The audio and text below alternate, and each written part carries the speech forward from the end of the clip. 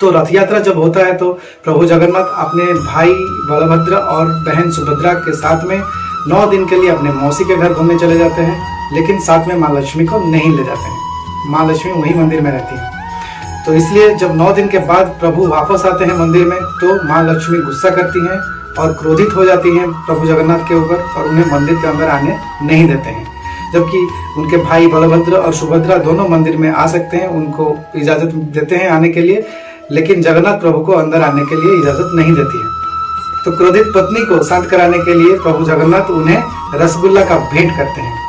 तो रसगुल्ला खा के माँ शांत होती है, माँ का क्रोध शांत होता है और वो जगन्नाथ प्रभु को मंदिर में आने के लिए अलाउ करती है। तो ये थी कहानी।